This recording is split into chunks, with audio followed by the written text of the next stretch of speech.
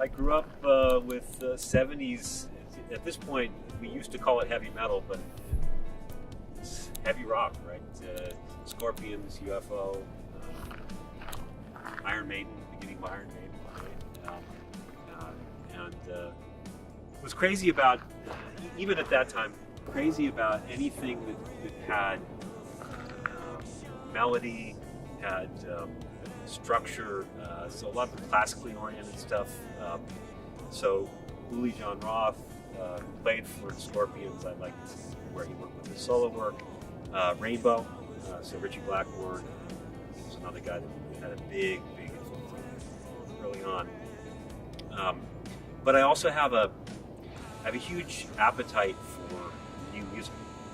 I am not one of those guys that lives solely in what I listened to in high school, and so I'm always gathering new stuff. So went through hair metal and grunge and punk, and all of those things had a huge impact on me. And again, it's the same thing. It's melody. It's catchy songs. Because the other side of me, I spent a number of years taking singing lessons in an attempt to sort of balance my guitar playing with some comfort as a singer, which is always hard. Singing is always harder for me than playing guitar. And as a singer, what I gravitate towards is historically great voices, Freddie Mercury and Queen, and the stacked harmonies, a bunch of the stuff that the Beach Boys and the Beatles do, and so that always kind of sneaks in the stuff that I do, and I think in some ways it often pulls me back from the really extreme metal stuff. Even when I go to write something heavy, the guitars may be heavy, the drums may be heavy, but I really want the vocals to carry the melody, to be the core of what's happening. So that kind of carries us through the right around 2000, let's say. We ended up in Bozeman, Montana for a period of time, and I was kind of isolated musically, and I decided that I was going to explore being a radio DJ for a little while. There was a local college station that let you come in and just volunteer late night as a DJ, and so I became the heavy rock music director for the radio station, because I was the only guy that did a heavy rock show anyway. Which meant that I got all of the albums came into me. I got to look at them and I would pick what I would play. And so there was a period of about 2 years where I was just had this influx of all of these bands that I'd never heard of. And that was kind of a little bit earlier than that. I'd also had a guy that did a streaming radio station that I had discovered. For the life of me, can't remember right now what it was, but